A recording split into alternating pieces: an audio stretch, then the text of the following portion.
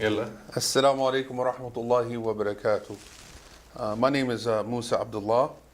I'm a student of Mr. Sultan, and I'm also an English lecturer with over 20 years of experience in teaching English to speakers of other languages.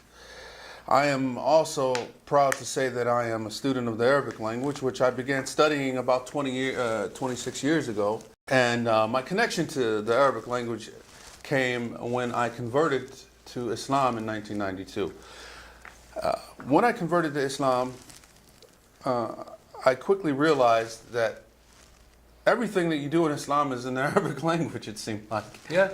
So I felt out of sorts in that I didn't understand what the people were saying. I didn't understand the prayers. I didn't understand the call to prayer. Yeah, part of prayer and some other parts and like Quran and Hadith and like these things. Yeah. So when I realized this, I said, well, okay, well, let me start learning how to read Arabic, because I found the Quran was so beautiful and I wanted to be able to read it. And so that began my journey in learning the Arabic language. So I began to learn how to read Arabic and then recite the Arabic with proper pronunciation and which we call the science of tajweed. So I learned how to read the Quran properly. And then I realized, again, okay, now I can make the sounds and I can read it, but I don't understand what I'm saying. Yeah, second step. Second step. I reached the second step. I didn't understand a word I was saying. And I felt very sad. And one of my friends saw me one day and he said, "What are you sad about?" I said, I can read the Quran now, but I don't understand what I'm saying. And he said, "Well, that's easy." I said, "Easy? It's not easy." He said, "It's easy." I said, "Well, how's it easy?" He said, "Learn Arabic language." And of course, a light bulb went off in my head. He's right. Learn the Arabic language. Arabic is the language, so learn it. So I checked out a book from the library on Arabic grammar. Oh.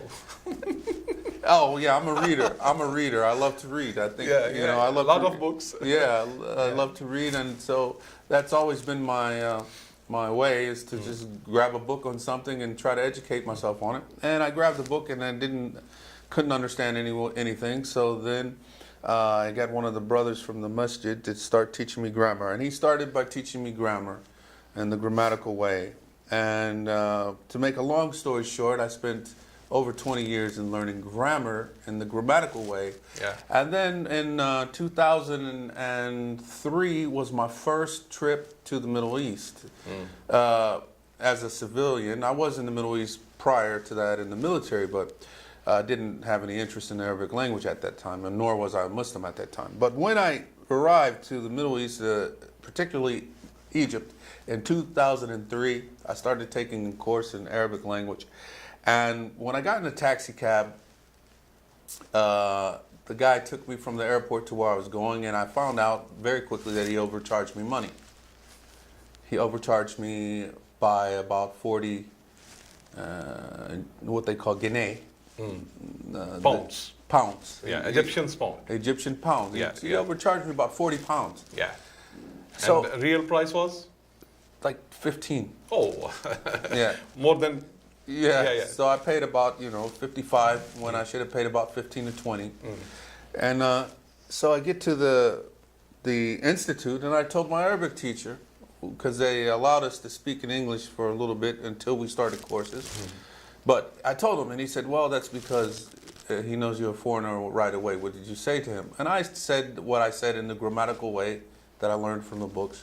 So I quickly realized that the grammatical way is good for reading and learning, listening to religious addresses, reading books of hadith and history and things like that. But also for newspapers, official papers, like these things. Yeah, absolutely. Yeah. Newspapers, official papers. Yeah.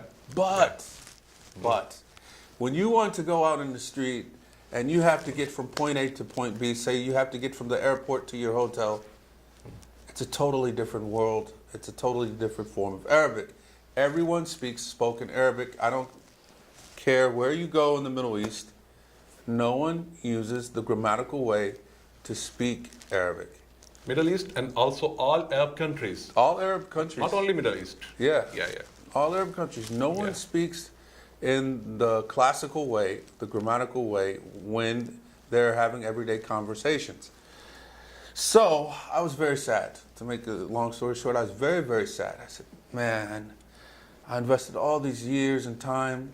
I was in the beginning, but I'd read a lot of books, bought books, and all these things, and I was frustrated. But from that moment on, I decided, well, okay, I'm going to try to at least, I'll still study the classical Arabic because I love the literature and the poetry and reading the Quran and understanding the addresses and formal addresses, this thing. But also, I kind of realized that I needed a way to learn how to speak like the people. And of course, there wasn't anything at that time. So what happened after that, I met Mr. Sultan, and it was I was in another classical course doing a review of Arabic grammar because I had been away from it for some time, and I saw his flyer for SAFT spoken Arabic on the fast track, and I decided to call. And so I called him, and if you remember, Sultan, Our first call. our first conversation, Yeah. we spoke in Arabic. Yeah. You have started with Arabic, and I replied in Arabic. Yeah. And so I was very, very impressed with his ability, with your ability rather, to speak Arabic. And Thank you. I said, wow. You know when something happens and you just feel it, you're like, this is it. Yeah. I felt that when I spoke to you. I said, man, this is my chance. And, you know, some people say, well, he's Pakistani, he's not a native speaker. Well, I can tell you from my many years of studying Arabic that your level of Arabic is very, very, very, very high, near native speaker, and well beyond my ability.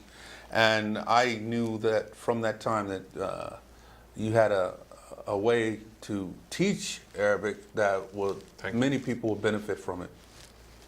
And I can honestly say that the importance of spoken Arabic is something that can't be overstressed. One of my professors back in the United States told me, and he's a native speaker of Arabic, he told me, he said that in order for a non-native to become very, very fluent, they have to learn spoken dialect.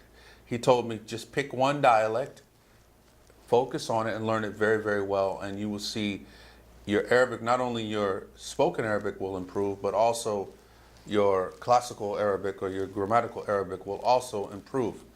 And I was kind of skeptical, but I can honestly say that the way that Sultan has arranged the course, he has many, many materials that he has started, he began collecting when he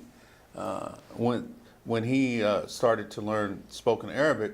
And we don't, through this course, you know, one of the main things that is beautiful about the course is that you don't need to know the Arabic script in order to start this course. Some people, you're probably worrying about, well, I don't know how to read Arabic. You don't need to know how to read Arabic to start this course.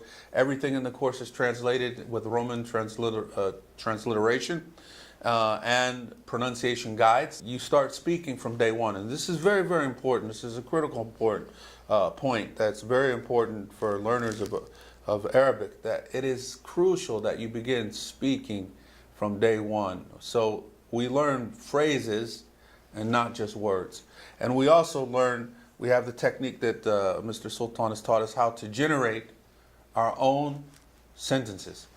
And the fact that everybody who goes through the course, when he leaves the course, not only will you have over 1,000 nouns for practical usage, over 4,000 verbs for practical usage, but you also have a system in how to create what you want to say. You are able to create what you want to say.